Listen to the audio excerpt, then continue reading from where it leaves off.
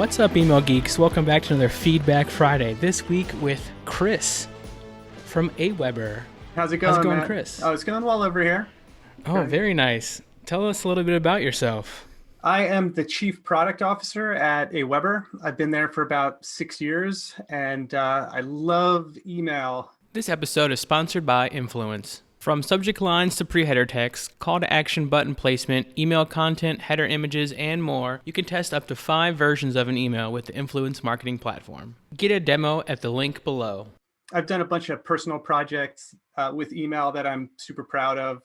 I did a virtual pet that people seem to like, okay? And the thing I do weekly-ish is a newsletter called Would You Rather. It's an illustrated Would You Rather scenario every week that folks submit their responses to and leave some really brilliant and funny comments on. It's been the best little community I've ever been a part of.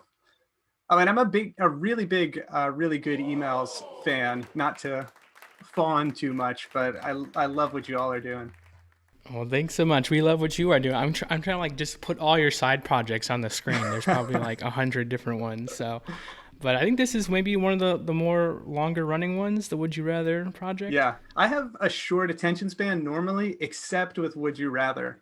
I don't know why. It's because of the community, because people feed back so much into it that I love it so much. Yeah, well, we're big fans. We've been following a lot. I feel like you guys have almost done it for years. I'm wondering if you're going to run out of situations. Never. Would you rather? But okay, well, we can jump into this first email. I think this is a really cool way to display this information. So did you design this one with AWeber? I did. And I used to have a template that I had hand-coded, and it had like much more like bespoke data visualization in it.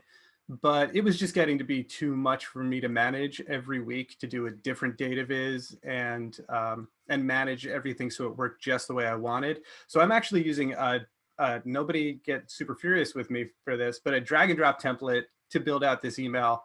And what I've done is I've just made a couple components for things like, what does my hero section with the options look like? And what do individual comments look like? And then my footer as well. And I'm hoping that you'll roast this a little bit, Matt, because I'd love some feedback. But I actually was really kind of intentional about building it this way because of some of what we've learned about surveying through our work with the much larger lists that we email through AWeber. I'm a big fan. I feel like this is a nice step up from just like a plain text email. It kind of sits just a little bit ahead of, like versus just like a fully designed template. So are you ready for the roast? Yeah, go for it. I'm just kidding. No, I think this is a great template. I think the only thing would be cool is maybe some little hover effects some places. That could be a nice little touch. Yeah. I'm always a fan for animation. I think it could be a cool way to maybe display this information a little bit clearer with like a bar graph or something dynamic. That could be like a fun little challenge to maybe do. Yeah. Keep people a little bit engaged. But I think these cards is a nice, cool way to kind of do that. So is there anything that you've learned from this template, or has it kind of stayed the same since you started doing it?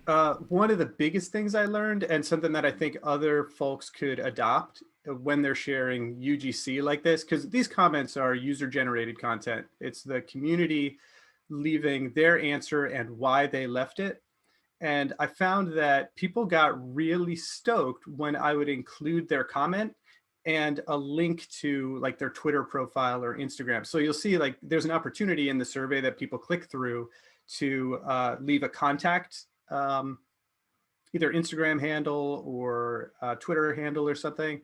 And folks get really excited. They'll oftentimes send me direct replies when they are featured in the newsletter. So I think it's just kind of a neat way to make your audience feel like your email isn't just something that they're receiving, it's something that they're a part of. It's not so much a visual design thing as much as it is an experience design to like give your community a piece of your newsletter or your email. So I guess maybe you can talk about a little bit how this works. So if I hit mullet. Think of it this way. It's essentially a simple survey, those options. And we usually do just an either or scenario. but in a couple cases, we've done multiples. Like around the holidays, we asked people who they'd rather meet. And it was like Santa or the bell snickle or the Yule log. There were just a bunch of things. And these buttons are the first question in the survey. So when you click through, you'll see that there's a URL parameter that captures people's choice, and that's stored in the survey. And then we ask for a free response piece of feedback. And we just ask, like, why did you make this choice? And we're able to see all of that through the survey. And that's how we get our performance numbers through our survey, and also where we grab our feedback from people. And I could not recommend that approach to surveying heavily enough. Almost every survey email I see from companies is somebody sending me an email asking me to take a survey, and it's like there's a button to take the survey. And that's easy to do, so I get why a lot of people do it. But if you have a survey tool where you can link to the first answer in a question and pre-fill it in a survey, I would really recommend that you do that. We do that as kind of our standard practice at AWeber, and we've tested that a number of times, both with our normal surveys as well as like, how did you feel about this email survey widget at the bottom of every email we send. We've seen higher participation rates and higher completion rates. So more people start the survey than just the button, and more people complete the survey, for us at least. And I think it's because the initial friction of making that first choice of clicking a button is so much lighter than deciding like, okay, I'm going to take this survey, which could be 2 minutes or 5 minutes or 15 minutes. So you're giving people an easier pathway into answering your survey for you. And then at the point that they've already made that answer, they're already at least a little bit invested in the survey. And we found they'll be more likely to complete it, which is super cool. More feedback from more people.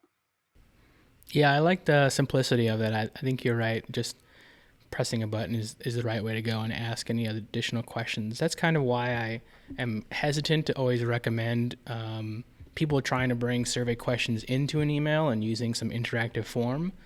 I think that's another cool way to maybe stand out in the inbox, and maybe there's some additional information on that if you test it. But I think a follow-up page is good as well, just to be able to capture that stuff right away. Do you have any thoughts on that? I mean, I tend to agree with you there. Like the full survey in an email is just like super cool conceptually, but it's kind of hard to do. I wonder if it would be as effective. Like I love testing. We split test a ton, and I test a ton in Would You Rather. And I'd be really interested to know, like, are people more likely to take the survey if they can see all of it laid out in front of them? Or would they still be more likely if you can get them to just answer one question first? I don't know the answer to that, but I'd really love to. You had some other survey kind of quiz emails that we could also talk through that maybe can inspire some other email marketers. Yeah. So this one is from Tailor Brands. It's a pretty short and sweet email, which I tend to like for surveys.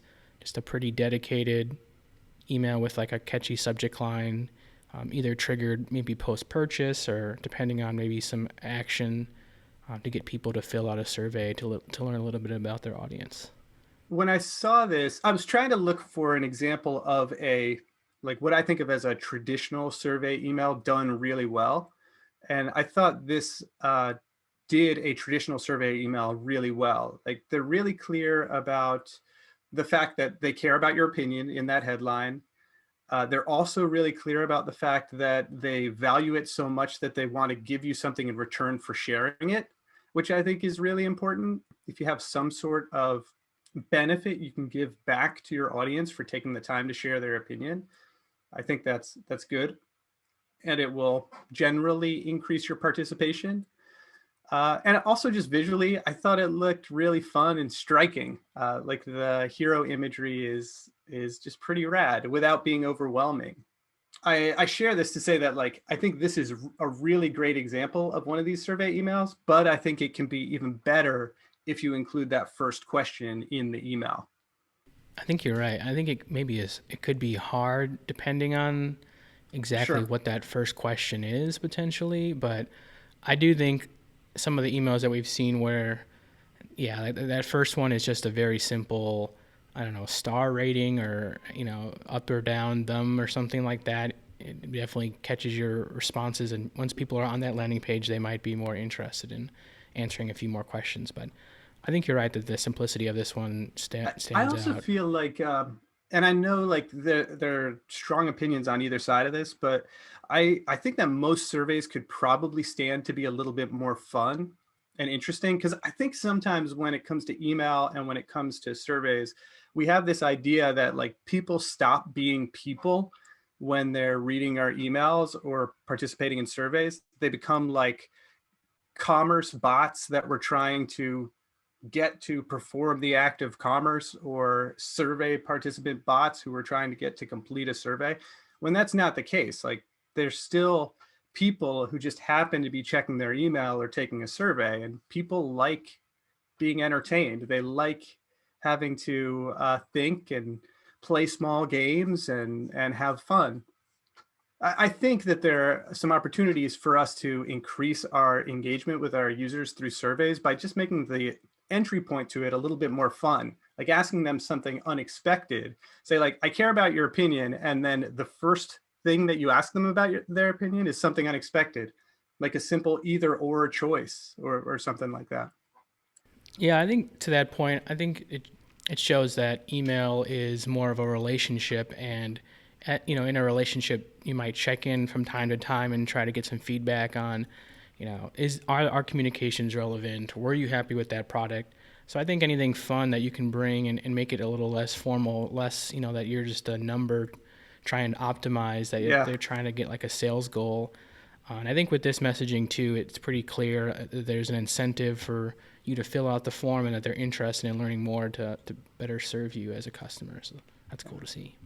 This next one is a pretty simple kind of a satisfied email from Dropbox. And I like that they are sort of having the score laid out, like as you said, really just letting you pick a specific answer right away rather than putting you on another landing page. Net Promoter Score is the percentage of customers rating their likelihood to recommend a company, a product, or a service to a friend or colleague. It is a management tool used to measure customer loyalty and has been shown to correlate with revenue growth relative to competitors. I was looking for like NPS and satisfaction emails, and this is an area where, like you mentioned when we were talking about the last email, it's like this is the perfect opportunity for you to include your first question in the email. And I think Dropbox did a really good job at it here. And the reasons it stuck out to me were the email has one goal. It's trying to get you to rate your experience, and there's not other stuff to confuse or distract you. And to that end, they have a slimmed down 5-point scale. So they don't have a 10-point scale like NPS normally is, where you have to worry about how it behaves on mobile screens and it turns into this really long stacked list. It's just something, and there are these big buttons that you can interact with without having to worry about what you're actually selecting. And the coolest thing about this is, again, like with a lot of these things, at least in my opinion, and I'll speak to NPS specifically, when you ask the first question of an NPS score of how likely are you to recommend us to a friend, or in this case, how satisfied were you with the support you received, that first score is somewhat helpful as a benchmark or to look at over time. But what I'm really trying to get when I'm asking questions like these is why. So when you click through this, in surveys like this, it normally brings you to the second question, which is a free response input, where they ask you, well, why did you select that text? Because that's something that I can actually try and fix, Building these in the past, usually you're trying to tailor each of these numbers to a specific landing page and hopefully provide some additional support or something like that, Yeah. if possible. Hopefully people are looking at this stuff. I feel people set these up because they think they should have them, but rarely look at their responses. So I think it's nice, especially if you can actually have a feedback loop with these types of customers and either connect them with like a customer support person, or even if it's a 5, like I'm passing that information back to our team. Like, I'm so excited to share that or Yeah, something. So that's a great idea. We have when people fill out NPS at AWeber, it sends a notification to a Slack, or it adds a comment to a Slack channel, so we see them come in real time and can be like, oh wow, that's cool, I think I can fix that. Or we don't do enough of what you just suggested, but that's a really good idea to like look at the people who are all about your stuff and just take a moment to thank them for caring. That's a great reminder, Matt. that's what I'm here for, Chris. I think we've looked at this one in a previous Feedback Friday. Oh, Me and Mike broke this one down, but it's really cool to revisit because I still have never seen anything like this again. I think Harry's just killed it with, this one, which is a whole survey, write in an email, yeah. really simplistic. I mean, I was blown away by this. Everything about this works for me, at least in the desktop view. Like, it fits the character of the brand as far as I know it. It looks beautiful. Like, I love the illustrations and the palette that they chose. The execution of the quiz, like the different states of the answers are just, it feels like a web app in the best possible way. I think it's one of the best uses of interactive email that I've seen, and it's not too complicated to replicate, but yeah, there's multiple end states where the survey, if it's mostly green, will show you the green answer. If it's mixed results, it'll show you a generic answer. And I think one of my favorite things too is if you scroll down to the bottom, if you haven't filled out the quiz, it will like kind of prompt you here as well to fill out the quiz first. So I think there's just a lot of different cases within this, and the fallback is a pretty nice marketing email. So definitely take a look at this one.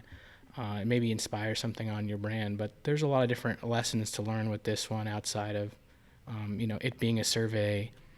I guess if maybe there's a way to improve, there might be like a cool, fun way to capture this or share your results potentially, depending on the brand that you're doing. But I think this is a cool way to show this information, and hopefully maybe on some of the AMP stuff that's coming out, we see some more interactive stuff like this. Yeah. Actually, Matt, when you finish filling it out, like, can you show me that end state again? I should just pull it up. Sorry. Sure. We can do all red and get a rich and exotic fig. Oh, nice. Yeah. I like that. My suggestion, they've already done, which is like categorize what that says about you, and that like you like rich and exotic. That's like, I think that's pretty cool. Anything that can make you feel special and good about yourself as part of the choice, like that, I think that's a win. Yeah, and I like how they sort of color code these answers as well. Yeah. I think this is just a really great email example. Lots of cool things to learn from this one. Yeah. Road Scholar is another cool, interesting brand that has really stepped up their email game. I think we met them at a Litmus Live conference and we did a little live feedback, but they really impressed me with all the different emails that they've been sending. They have really great, polished graphics. They're using a lot of live text whenever possible. So I think their email communications have really been on point. So what stood out to you on this one? I was worried about it feeling really weird on small screens, but it doesn't. It reflows and basically just drops the last item in the list to directly below and centered. Yeah, I think for me, this one is pretty cool as a way to maybe add something like this to an email. I'm not sure if it maybe deserves its whole dedicated email. It's still pretty cool, though. I like the hover effects. I almost wish that would go onto the images as well, just to show that it's a little bit more interactive. But this is a fun little way. I think QZ is another one that they sort of do a survey and they try to give you like the right answers at the bottom of the page or something. But this is a cool way to maybe do this as a brand, to even be like, what's our top selling item for this month, or, something like that, which is bringing in some different information. I think these all go to the same page, so I think this is just a fun way to maybe get someone to a blog post to see if they were right, or just a way to interact with content. It looks cool too. I mean, like for the it has like just the right amount of cheese to be And I say that as like the highest compliment. Like it feels so 4th of July. And I think that they executed that really well. It almost feels like a school event or a competitive quiz or something like that you would do in elementary school, which again, I say as high praise because it like elicits all those like fun memories of being a kid and learning that at least I have. If they could figure out the whole interactive piece or try to do something with AMP, picking the right solution, maybe has like a confetti or something. That's a great idea. Something like interactive. And maybe these links do link out a little differently depending on if you get the right answer or not. But hopefully if you got the right answer, maybe they could make that landing page like, do something cool if you landed on it just to make that feel a little bit special if you got it right. In talking about AMP, it's no secret that we're like really hyped on AMP. Like I personally believe a lot in its future to improve the email experience and improve email or people's lives by not forcing them to go to the web where they don't need to go to websites. But one neat or interesting thing that we've been finding is people just don't have an expectation that this sort of stuff, that AMP enabled stuff, can happen in email. Like we test a lot of AMP polls and things in our blog newsletter, and oftentimes people either won't interact with a survey or something. Like one of our assumptions is that they don't want to deal with the redirect, or they won't interact with the interactive stuff that happens as a result of them interacting with the AMP element, because it's just not clear that anything is even happening because people aren't used to AMP in email yet. That was a really dumb way to describe the fact that I think like folks who are experimenting with AMP, you at least right now, you might want to explicitly call out in your email that something is interactive, because that's not the expectation that most people have yet. Whatever tooltips you can provide, even if like they had maybe like some pulsing CSS animations either on hover or just like in a sequence to like show you these like over time, what might be an interesting or cool way. But I think maybe to your point too, that either people don't know that's interactive or maybe your list doesn't have a large audience that may be using an email client that may support that. So I know like we're email people, we talk about cool stuff all the time, but I think something like this, can get the job done, with maybe some smart redirects or something like that. So I think those opportunities are there for people that want to try that. But I don't know, like if it's worth spending that much time to really do that if you're getting the same sort of result at the end of the day. So Skillshare, we're always a big fan of their emails. I love all these illustrations up here. It almost seems like your style of illustrations a little bit. Some cool faces. I definitely, when I was looking at the email, I was like, oh man, I don't know if you feel this way, but oftentimes the people that I most admire and most want to work with, like I'll see something from them and be like, oh, I wish I had done that. Like that sort of, I feel is like a healthy sense of competition, but that's what I felt when I saw this email. The style is just cool. I really like the new Skillshare branding as well. But the style of it is really cool. I like the interactivity of the actual quiz. They do something similar to the Harry's example, where based on your answers to each of the questions, they link you to a specific results page. I don't necessarily think this is as elegant an execution as Harry's, because the Harry's email had such a great like unified experience. Like it felt again like an app, and this feels a little bit more like a normal quiz or like a BuzzFeed quiz or something, which is great for what it does. It's just not as stylistically like cohesive as the Harry's one. That being said, though, I do think it fits the Skillshare brand, that like you can learn all sorts of things on Skillshare. And I just think it's well done. I think you're right that in general, this is a cool way to display that, and the see your results way, individual link. I think that's a pretty nice CTA copy wise, but maybe they could even make it like a little bit more individualized. And to your point, I wonder too now if they need some sort of arrow to let you know that these are clickable, if they are going to be interactive. That is probably the best point about this, is that they do look a little bit just like grids of like product grids that you would see in a normal email. Yeah, but overall, I'm a big fan of this. We did an interview with Skillshare with their team, Oh, so cool. definitely give that one a read. But with their new branding, they're bringing a lot of cool stuff to email and using that channel really effectively to get people into their products. So Yeah, we're a it fan of looks super them. fun. Like I said, jealous. And this last one is from CodeCamp.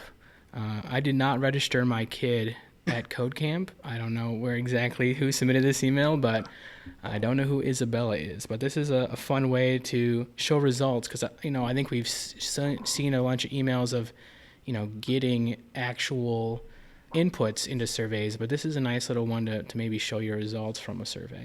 I agree with you. Like, I think it just fit the character of the school or program so much. And I love that they essentially just like, presuming these are actual survey results, just took the survey results and dropped in a really positive result as social proof. I thought it was really smart, really well done, and likely will land pretty well with parents of elementary school or middle school kids, whoever they're targeting. I have a daughter who's 12, and I'll admit this landed well for me because I'm always thinking of like, well, what are really fun ways for her to learn something that's also going to set her up for success. I'm talking like a parent now in the future. But also I love and really believe in the power of technology to do good. So it really spoke well to me. And if there are other people out there like me who have kids and are evaluating educational programs like this, I feel like it'd be effective because I feel like it's fun. This girl and my daughter would be excited to do it. And I think this is why I'm such a big fan of your virtual pet emails is because it really takes your response and triggers another sort of email or includes your response in the next send. So I think that level of personalization is really great to see, and maybe this is a nice way to remind people to, if someone's going to take the time to do your survey and you capture that information and you have their email address, use that, those results to in the next email send, like, hey, you said that you really wanted more information about this product, here you go, or something. Yeah. Fire something off to let them know that, oh, we're actually listening to you. The survey that you filled out is making your experience a little bit better or something. So maybe it's not something that you send them right away. Maybe you wait a month and say like, hey, are you still interested in learning more about this based on the survey results? So I think there's a cool way to use that data, if you have it, and make sure that if someone's going to fill out a survey and take the time that you're actually using those responses for something. Yeah, you know what? That is a very good point. And I actually think it gets to a broader point about automation in general. I don't want to like lay this on people, but I feel like a lot of the times as email marketers, we're trying to hide automation. Like we're trying to slip in calls to action and interactions that we can use to turn into triggers or to tag people or whatever. And I wonder if we'd be more successful if we were just more open about the fact that like, hey, click one of these links so we can make sure that you get content you actually want. And then to your point, in future emails, we could say, hey, because you click that link, we're sending you this, make the person feel like they have more agency. There's like a mix, I guess, with things like machine learning becoming a bigger thing within email as well. I think with really good emails, we try to be as transparent as possible that, yes, we're tracking you if you allow us to track you, and we're going to try to provide the best experience with the information that we're collecting. And obviously, we're not trying to collect more information that we need, and we're not trying to be too creepy. But to your point, I like being transparent whenever you can be. Maybe don't like show every single thing that you know about a person. It might freak them out. Yeah. But if there's like a way to sort of nudge them in the right direction to say like, yes, we're listening. We know that you like these set of products, or we know that you answer this way on a survey. Let us, serve you a little bit better. Well, great. Thank you so much for walking through these surveys. Where can everyone subscribe to Would You Rather? You could go to wouldyourather.fun to sign up. And I say weekly-ish on those pages because sometimes I'll go a week or a few without sending one out. But I'm always trying to get better. And the more you email me and tell me that you want one, the more I'll do them. And Matt, I almost have my next generation of inbox pet ready to go. it's gonna be cool. It was a lot of fun. I love that. I've been thinking about my inbox pet a lot recently. I'm like, what has it been up to? Is it doing all right? I haven't fed it in a while. Oh, no! I hope it's doing okay. Maybe that's like a thing that you'll have to add. You have to click a link each week to make sure that you're taking care of it. Otherwise, you'll send an email that it I'm going to do that, man. I am going to get that in. This one has a lot more animation, so hopefully it should be very nice, fun. very nice. Well, I look forward to that. Thanks so much for joining. I love looking at these survey emails. We'll have to send some more surveys, talk to these customers a little bit more. Yeah. Thanks again for joining, and have a great Friday. Thanks. You too. See ya.